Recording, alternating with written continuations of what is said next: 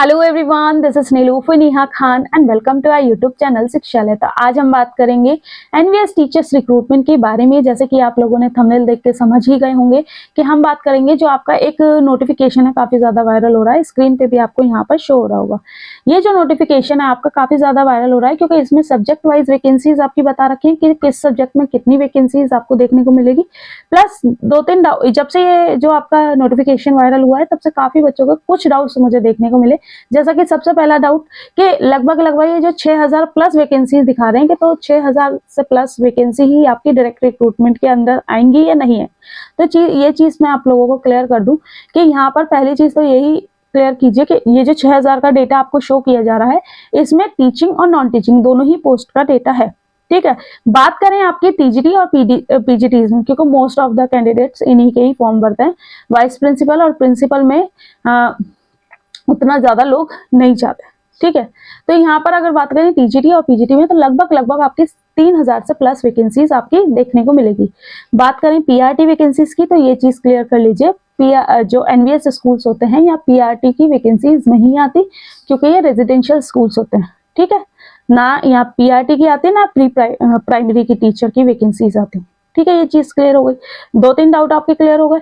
अब बात करें कि ये जो 3000 लगभग आपकी टीचिंग पोस्ट हैं, क्या ये सारी ही वैकेंसीज आपकी डायरेक्ट रिक्रूटमेंट के थ्रू आ जाएंगी? तो ऐसा नहीं है। ये जो वैकेंसीज हैं आपकी, ये पहले आपका ट्रांसफर और प्रमोशन इनमें फिल की जाएंगी, फिर उसके बाद जो रेस्ट ऑफ वैकेंसीज आपकी रहेंगी उसे आपका फिल किया जाएगा डायरेक्ट रिक्रूटमेंट के थ्रू। ठीक है, तो इस चीज से आप क्लियर कर लीजिए कि ट्रांसफर में तो कोई इतने ज्यादा ट्रांसफर्स नहीं होते, लेकिन आप प्रमोशन में थोड़ा सा कैंडिडेट अच्छे खासे कैंडिडेट प्रमोशन लेना चाहते हैं।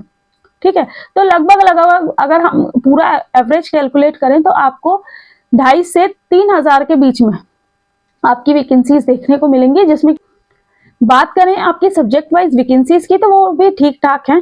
अगर आप चाहते हो कि यहाँ सिलेक्ट हो और आपके सब्जेक्ट की कितनी वैकेंसी है, ये चीज मैं आपको क्लियर कर देती हूँ ताकि आपके डाउट क्लियर हो जाए। देखिए, प्रिंसिपल और वाइस प्रिंसिपल की प्रिंसिपल की 209 है और वाइस प्रिंसिपल की 239। ठीक है, ये वैकेंसीज को हटाते हुए पीजीटी इंग्लिश की है, पीजीटी हिंदी की है। पीजीटी इंग्लिश की 176 है, पीजीटी हिंदी की 148 है, पीजीटी फिजिक्स की 237 है, पीजीटी केमिस्ट्री की 149 है, पीजीटी बायोलॉजी की 118 है, पीजीटी मैथ्स की 149 है, पीजीटी कंप्यूटर साइंस की आपकी 121 है, पीजीटी इकोनॉमिक्स की आपकी 76 है, पीजीटी हिस्ट्री की 87 है, पीजीटी ज्योग्राफी की 95 है, पीजीटी कॉमर्स की आपकी 19 है। इसके बाद बात करें टीजीटीज में तो टीजीटी हिंदी की 176 है, टीजीटी इंग्लिश की 217 है और टीजीटी मैथ्स की 153 है और टीजीटी साइंस की 89 है और टीजीटी सोशल साइंस की 99 है। फिर इसके बाद आपको देखने को मिलती है टीजीटी कंप्यूटर साइंस की वैकेंसी जो कि 451 है। सबसे ज्यादा वैकेंसी आपको इसी सब्जेक्ट की देखने को मिल रही है एज पर अभी तक जितनी भी हमने वैकेंसीज देखी हैं। फिर टीजीटी फिजिकल एजुकेशन मेल और TGT physical education female, male की आपकी 176 है और फीमेल की आपकी 78 है। टीजीटी आर्ट की 124 है, टीजीटी म्यूजिक की 185 है और 85 है और सुपर की आपकी 161 वैकेंसीज हैं और बाकी आपकी ये सारी जो वैकेंसी हैं नॉन टीचिंग स्टाफ की हैं। ठीक है, अब यहाँ पर आप ये चीज समझ लीजिए, यहाँ पर जितनी भी आपको वैकेंसीज आपको दिखाई गई हैं वो आपकी ट्रांसफर प्लस आपका प्रमोशन प्लस डायरेक्ट रिक्रूटमेंट इन तीनों के ही थ्रू फिल की जाती हैं। लेकिन अगर आप रेशियो देखोगे तो 70-80% जो फिल की जाती हैं वो डायरेक्ट रिक्रूटमेंट के थ्रू ही की जाती हैं। ठीक है, क्योंकि ना तो ज्यादा मतलब ना तो इतने लोग ट्रांसफर लेते और अगर बात करें कि प्रमोशन की तो प्रमोशन में भी उतने ज्यादा प्रमोशंस नहीं हो पाते अगर एज पर वैकेंसीज की डिटेल के अकॉर्डिंग बात करें। ठीक है, तो ये चीज आपकी क्लियर हो गई कि आपके सब्जेक्ट की वैकेंसी है या नहीं है और है तो कितनी है। ठीक है, तो एक चीज ध्यान रखिएगा कि अब इस चीज को आपको पता चल गया कि आपके सब्जेक्ट की वैकेंसी इतनी है, आपको सिर्फ एक सीट चाहिए। अब इसमें इस चीज का ध्यान रखिए कि आपको अपनी एक सीट किस तरीके से रिजर्व करनी है।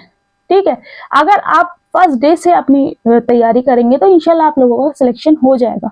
और एक चीज और आप लोगों को पता होगी, मैं अपनी हर वीडियो में ये चीज कहती हूँ कि चाहे आप एनवीएस की तैयारी कर रहे हो, केवीएस की तैयारी कर रहे हो या डीएसएसबी की, ठीक है। ऑलमोस्ट जो इनके सब्जेक्ट हैं उन सब सब्जेक्ट का सेम ऑलमोस्ट सेम सिलेबस ही है, 2-3 टॉपिक ऊपर नीचे हो रहे हैं, उसके अलावा ज्यादा कोई फर्क नहीं है। तो इस चीज का ध्यान रखिए कि अगर आप एनवीएस की तैयारी करते हो तो आप डीएसएसबी के लिए भी तैयार हो रहे हो, आप केवीएस के लिए भी तैयार हो रहे हो और आप ईएमआरएस के लिए भी तैयार हो रहे हो। ठीक है, तो इस चीज को ध्यान में रखते हुए अपना जी जान से मेहनत करिए, ताकि चाहे एनवीएस की वैकेंसी पहले आए, डीएसएसबी की तो आपकी आई ही चुकी है, चाहे केवीएस की आए, चाहे आपकी ईएमआरएस की आए, ठीक है, जो कि सारी ही आपकी अपकमिंग वैकेंसीज हैं, बहुत जल्द आपको देखने को मिलेगी। उसमें एक चीज याद रखिएगा कि आप जितने रेडी रहेंगे उतना ही ज्यादा आपके लिए पॉसिबिलिटी बढ़ जाती है टीचर बनने की। ठीक है, बाकी मैंने आपके सारे डाउट क्लियर करने की कोशिश की है। बात करें यहाँ पर एलिजिबिलिटी क्राइटेरिया की, तो पीजीटी में अगर बात करें तो पीजीटी में कंसर्न सब्जेक्ट में आपके पास मास्टर्स प्लस आपकी बीएड ये होनी चाहिए, तो आप एलिजिबल हो जाते हो अपने सब्जेक्ट के लिए।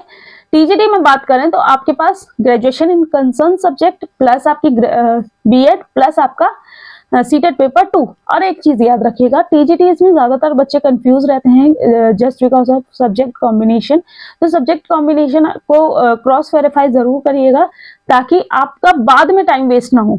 ठीक है, और हाँ, जो बच्चे एनवीएस में या डीएस ये केवीएस में एलिजिबल नहीं हो पाते अपने सब्जेक्ट कॉम्बिनेशन के अकॉर्डिंग, तो वो लोग डीएसएसबी की एलिजिबिलिटी क्राइटेरिया को जरूर क्रॉस वेरीफाई कीजिएगा, क्योंकि वहाँ ऑलमोस्ट बच्चे आपके एलिजिबल हो जाते हैं। ठीक है, ये चीज क्लियर हो गई।